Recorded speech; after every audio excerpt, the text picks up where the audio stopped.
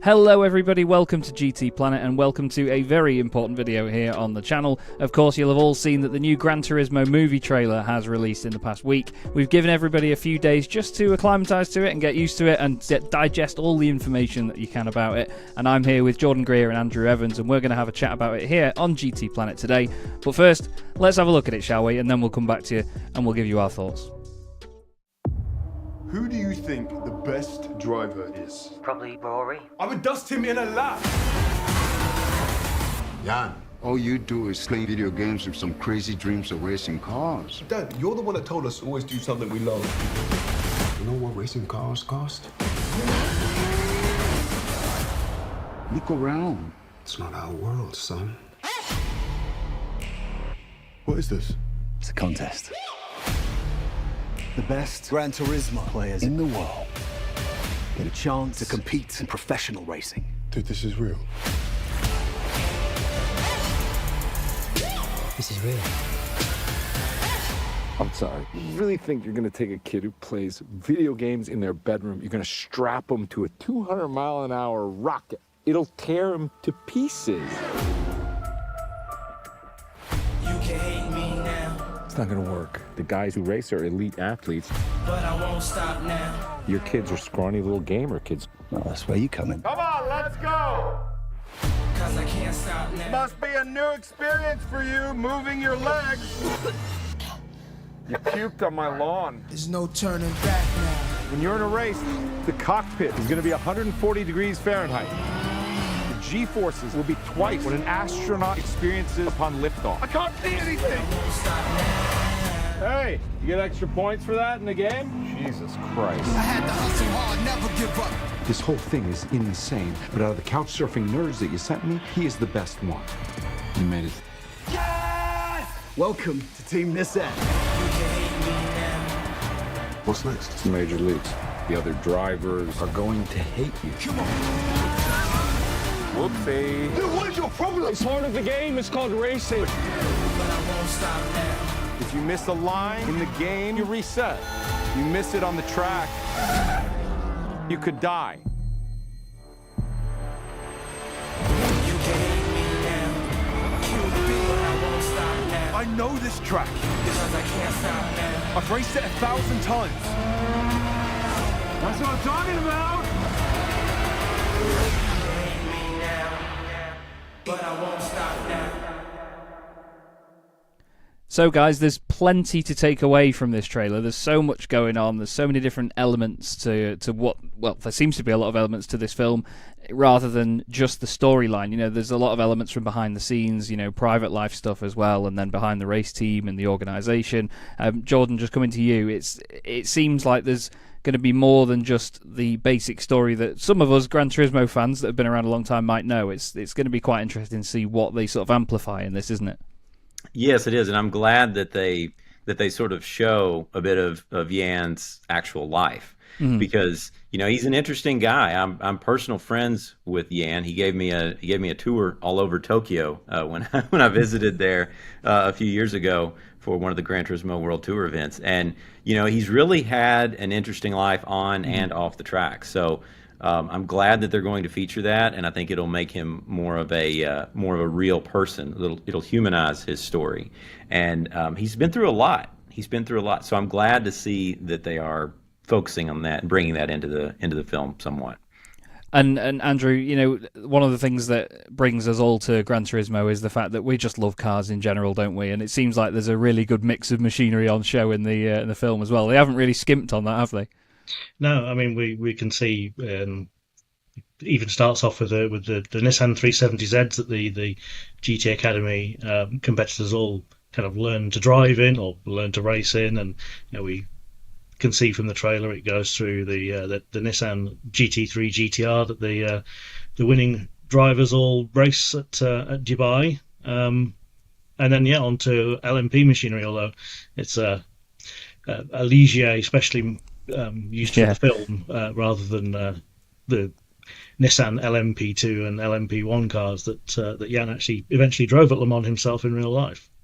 It's a hell of a story, it really is, and it's great to see that they've done this with so much amazing machinery on the show. But the thing is the risk that comes with that, anyway, Jordan, is that obviously if you do put movie stars and actors even in these cars, if you have to sort of put less qualified people to drive these sorts of machines in, you often see shots where it's a bit clear that they're driving very slowly but sped up. But it seems like here, aside from other films where we've seen it done badly before, it seems like they've done a good job of actually making a very convincing shot here, even just in the trailer. I think so. I hope that is something that they've really paid a lot of attention to for all the racing scenes. But I mean, they look pretty convincing from the shots that they've included in the trailer. And when I spoke to Kazunori Yamauchi about the movie the last time I interviewed him in person, that was something that he kind of alluded to, and that he wanted the movie to feel authentic and to have not have those typically cringeworthy moments that you often see as a racing fan in these racing movies. So I hope that Kazunori was given enough leeway in the production of the film to actually have an impact on that sort of thing, because he does take movie making seriously. He's always wanted to be a movie producer and be involved in film and that sort of thing. So I hope that he has been able to influence that in some way. But at the end of the day, they do have to actually film this. So I know that there's going to be a lot of criticism about that, just no matter how good of a job they do, because at the end of the day, you can't really take these cars out and drive them at full speed at 10 tenths to get the shot, because you got to have all these other things in place and do it all safely with the sound guys and the camera guys and all that stuff. So it's not an easy task. But I know this director, he's used to this sort of high end production and a lot of that sort of thing. So it's going to be a test of the production team, that's for sure. But I agree, overall looks pretty good from the trailer. And do you think the same, Andrew, as well? Because I mean, we were just discussing it before we even started recording that there's points where you'll see maybe a car, they'll animate the car slightly to spin and have an accident or a crash or whatever, so they don't have to damage the real thing.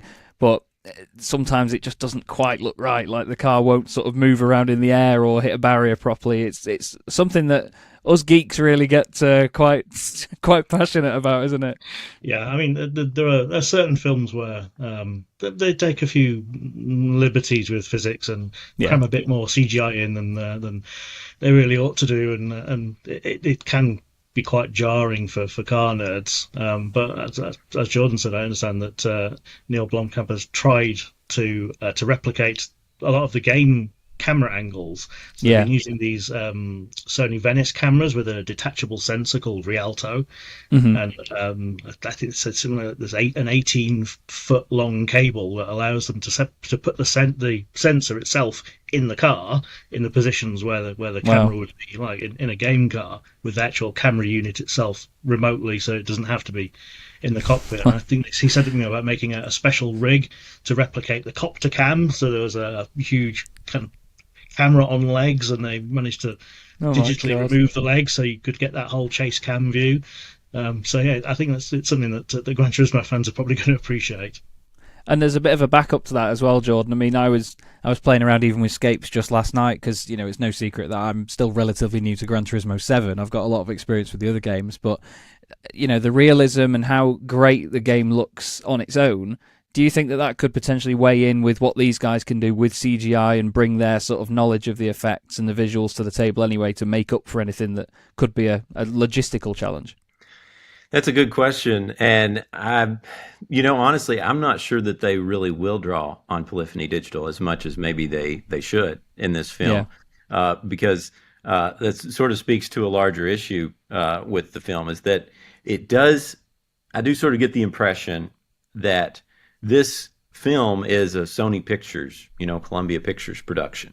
And this is the first time that we've really seen something officially Gran Turismo, I guess, is the word. I mean, it's Gran Turismo, it's Sony, it's a Sony production, but it's not a Polyphony Digital production.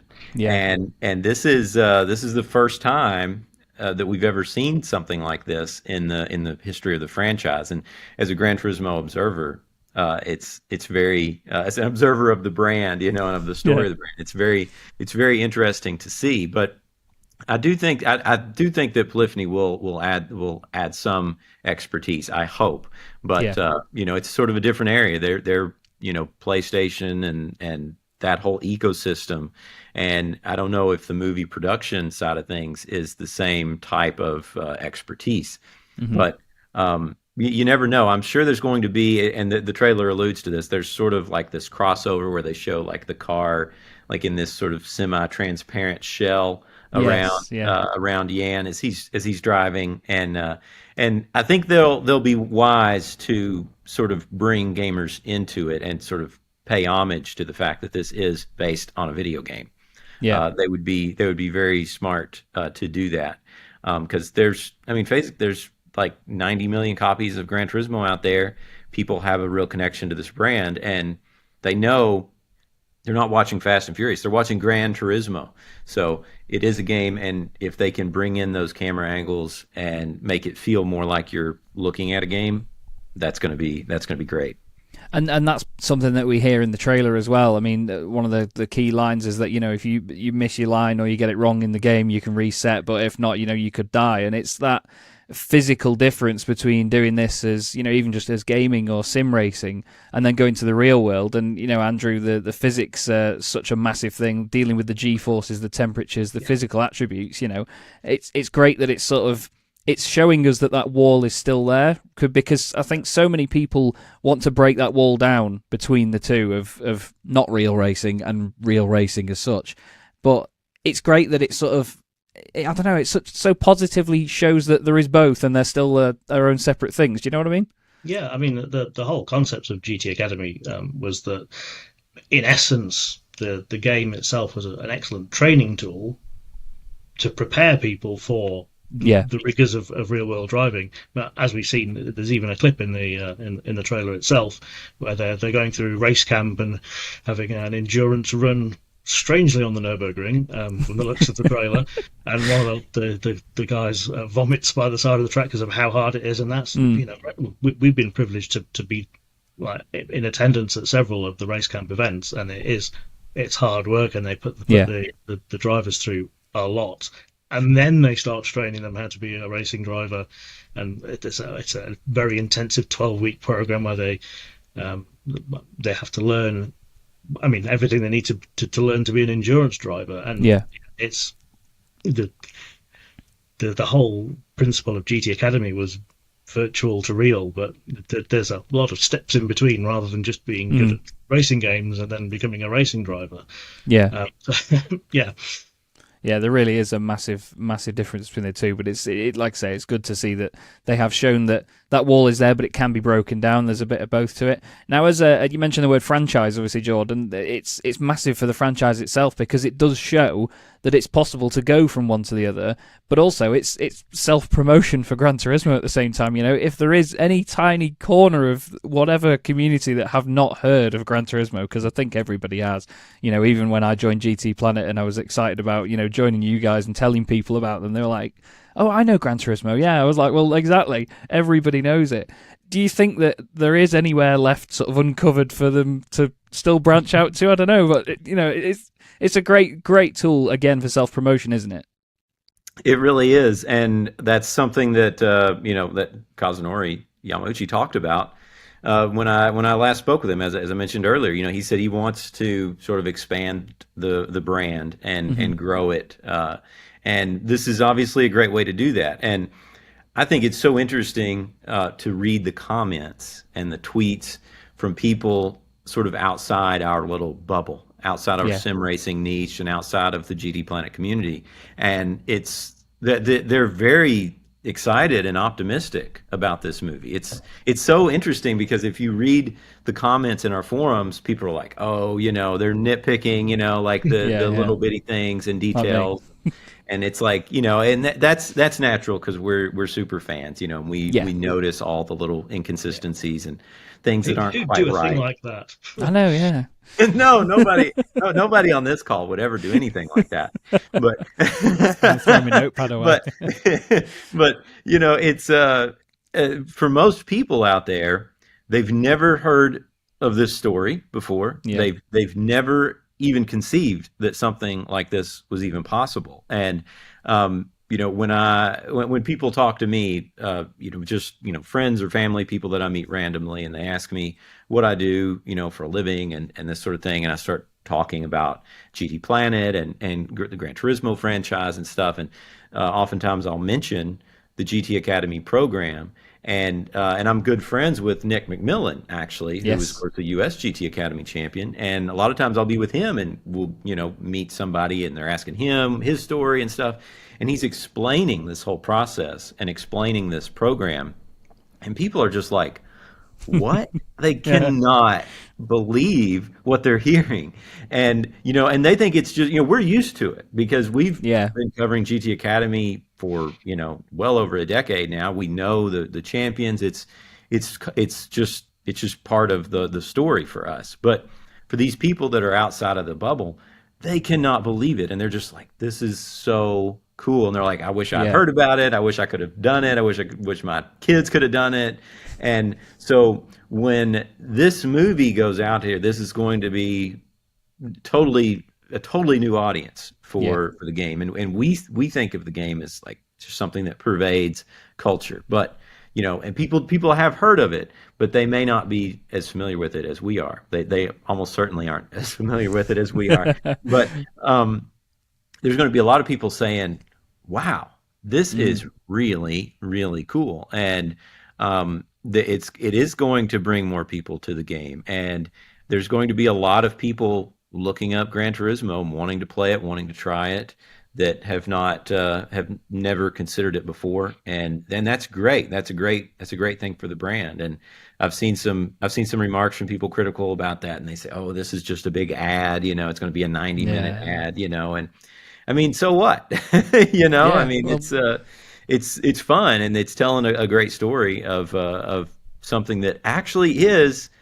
It's crazy. I mean, it's crazy what GT Academy did, and that it was actually so successful with so many good drivers. And Yan is an excellent example of that. So why not tell this story and get more people playing the game, get them interested in cars? Like, there's really, even if the movie isn't that great, there's really, I mean, how bad can it be? What have they got to lose? Like that's the thing. I mean, one of the key points, like you say, it's not just even telling the story of it either. It's not just doing it in a sort of documentary sense. It's not all just facts and figures and really formal. But I think one of the key things, Andrew, is that it's going to be entertaining. It builds up the hype even more. It makes more of a scene of everything to really show people how important and how cool this can be.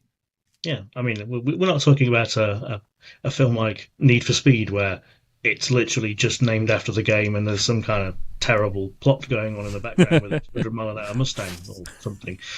This is an actual story that's of a real person. I mean, we'll have to concede that some parts of it will be dramatized for entertainment purposes. But I mean, ultimately, this is a real thing that actually happened. And I mean, doing it as a documentary would work. I mean, it might be a bit dry, but it would work. But this is going to be something that will entertain, and it will bring people into the game series. Well, hopefully so, and of course we all look forward to it coming out. And well, I can't wait, to be honest with you. I think if it wasn't for the massive, vast amount of water between us all, I think we'd have to all meet up and try and go and see it together. But hopefully you all enjoyed the trailer as well, and hopefully you enjoyed hearing our thoughts on what it's going to be like, or what we at least think it's like anyway. And of course, we hope that you will join us in any sort of discussions that are going on in the forums as well. Let us know what you think. Let us know what you're excited for. What maybe you're not so excited for as well. It doesn't all have to be unicorns and rainbows. We want to make sure we've got everyone's feedback, and we want to just get involved in the discussion. But that's all from us here on GT Planet for today. We hope to see you soon, and obviously if there's any more updates, we'll speak to you then.